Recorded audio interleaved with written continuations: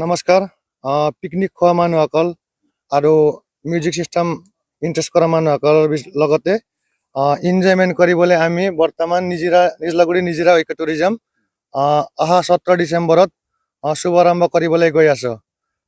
লগতে আমাৰ মিডিয়া বৰ্গৰ পৰা আপোনালোকক মই ইনফৰমেশ্যন দিছোঁ, সকলোৱে আহিব।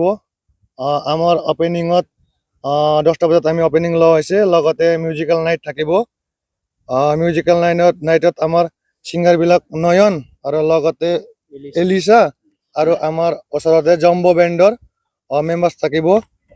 আপোনালোকে মই এই মিডিয়া থ্ৰুদি সকলোকে মই মাতিছোঁ। এইটো নিশ্চয় আমি সকলো লোৱা হৈছে। যোৱা বছৰ আপোনালোকে গম পাইছে চিষ্টেম কেনেকৈ আছিল। আমাৰ টুৰিজমত পেজত চাইলে হ'ব, চিষ্টেমবিলাক ছেম এনেকৈ হ'ব আৰু ফেমিলি লৈ আহিব পাৰিব। ইয়াতে বহুত ছেফটি প্লেচ আৰু লগতে হোটেলবিলাক থাকিব, খোৱা লোৱা সুবিধা থাকিব আৰু এলকহলবিলাক এনেকৈ হোটেলত এই বছৰ নাই। আৰু আপোনালোকে আহক, মানে একো প্ৰব্লেম নহ'ব, এনজয় কৰি আৰামছে যাব পাৰিব। এই বছৰ আমি অলপ চেঞ্জ কৰিছোঁ। যোৱা বছৰ যেনেকৈ আমি পুৱাতে কৰিছিলোঁ মৰ্ণিং 7টা, এই বছৰ আমি মৰ্ণিং 8টা ষ্টাৰ্টিং আৰু সন্ধিয়া 4 বজালৈকে আমি বন্ধ কৰিম। এইটো আমি ডিচিশ্যন লৈছোঁ আৰু আমি সেইদিনা মিটিং কৰি কিনে এই বছৰ বহুত চিষ্টেমবিলাক চেঞ্জ, যেনেবা আমাৰ DC ছাৰে মৰ্মে যেনেকৈ ইনফৰমেশ্যন ইনষ্ট্ৰাকশ্যন দিছে এই মৰ্মে আমি কৰি যাম স্পৰ্টটো। আমাৰ একজেক্টলি নেশ্যনেল হাইৱে বঙাইগাঁৱৰ পৰা আহিলে কাজলগাঁৱৰ পৰা বেংটল পৰা শান্তিপুৰ পৰা ওচৰতে নিজলাগুৰি যোৱা ৰাস্তা কৰিলে সকলোৱে জানে। আৰু এই কোকৰাঝাৰ ফালৰ পৰা আহিলে চামটাইবাৰী টু ৰনিখাটা শান্তিপুৰ পৰা ডাইৰেক্ট নিজলাগুৰি আহিব আমাৰ পিকনিক স্পট জাগাত। একদম ৰাস্তাৰ টেনশ্যন নাই, একদম ভাল ৰাস্তা আছে। ৰাস্তা বৰ্তমান আমাৰ নতুন চৰকাৰে বহুত ভাল কৰি আছে। আপোনালোকে একবাৰ আহক, তেতিয়া আপোনালোকে গম পাব। একদম গাড়ী 80 স্পীডত আহিব পাৰিব। ৰাস্তা একদম বঢ়িয়া। নতুন চৰকাৰে এইটো আমাৰ সুবিধা কৰি দিছে।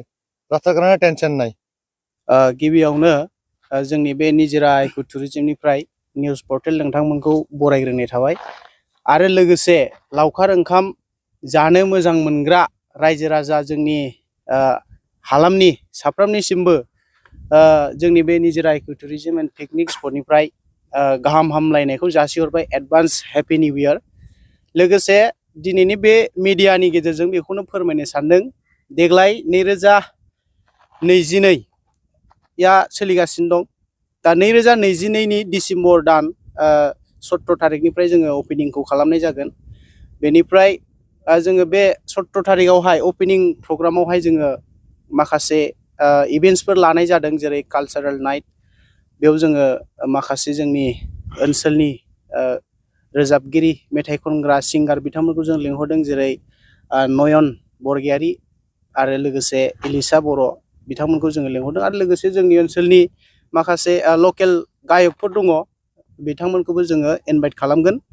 दा बेनिखायनो आं खावलायनो लुबैदों साफ्रोमखौबो बे अपेनिं प्रग्रामावहाय जोंजों बेयाव बाहागो लाफैनानै बयबो इन्जय खालामफैनो हागोन, बेखौ आङो नोंथांमोननिसिम आङो खावलायहरनाय थाबाय। आरो जोंना बे निजरा इको टुरिजमा मोनसे, बेयाव माखासे भिउसफोर दं, जायगाफोर दं, जेरै हमना लादो बैग्रि बागान दंबाव। लोगोसे बे साखाथियावनो जोंहा निज्रा दै दं। लोगोसे आरोबाव जोङो थांनाय बोसोरनि बायदि जेबायदि जोंहा थांनाय बोसोराव हर्स राइडिं गराय गाखोनाय दंमोन, बेनिफ्राय आरो बिदिनो गथ'फोरखौ बाव पिकनिक जाफैनायावहाय एसे इन्जय खालामहोनाय माखासे गाखोग्राफोर, बिदिनो माखासे एन्टारटेनमेन्टनि थाखाय मोजां मोजां जोङो जेबायदि बेबस्था खालामदों, जेबायदि थांनाय बोसोरावहाय, देग्लायबो जोङो सेम बेखौनो खालामगोन। आरो लोगोसेनो देग्लायनि बे पिकनिक स्पटआव लावखार ओंखाम जाफैग्राफोरनि थाखाय जों माखासे नेम निथिखौ जों बानायनानै होदों, जेरै सरकारा दा माखासे SOP फोसावगासिनो दङ, जेरै बेलासिनि 4टायाव जों क्ल'ज खालामगोन। बेनिफ्राय आरो 8टायावनो जों हाबनो होगोन आरो लावखार ओंखाम जाफैग्राफोरखौ।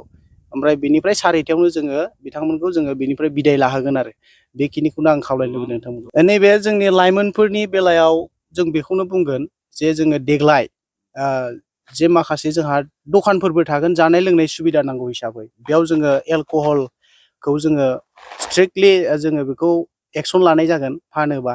आरो लोंनाय जानायनि बेलायावबो जोंहा दा लाइमोनफ्रा जोंनि ओनसोलावहाय बारानिफ्राय बारा जागासिनो दङ। जों बेखौबो मेनटेन खालामनायनि जोङो माबाखौ जों राहा लामाखौ लागोन। आरो जेरै उन्दै गथ'फोरनो जोङो जौ लोंहोनाय जानाय नङा। दा बेखिनिखौ जोङो स्ट्रिक्टलि माबाखौ लानाय जागोन एक्सनखौ।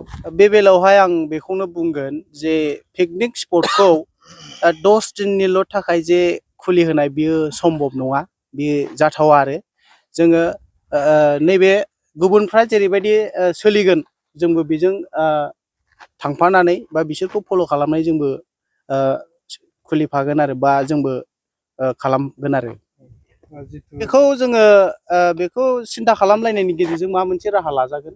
जिहेतु बे मोनसे पिकनिक स्पटखौ जोङो खालामनांगौबा स्टार्ट खालामनांगौबा गोबां रां खरसा जायो। दा बेनिबो माखासे खोथा थायो नङा होमबा?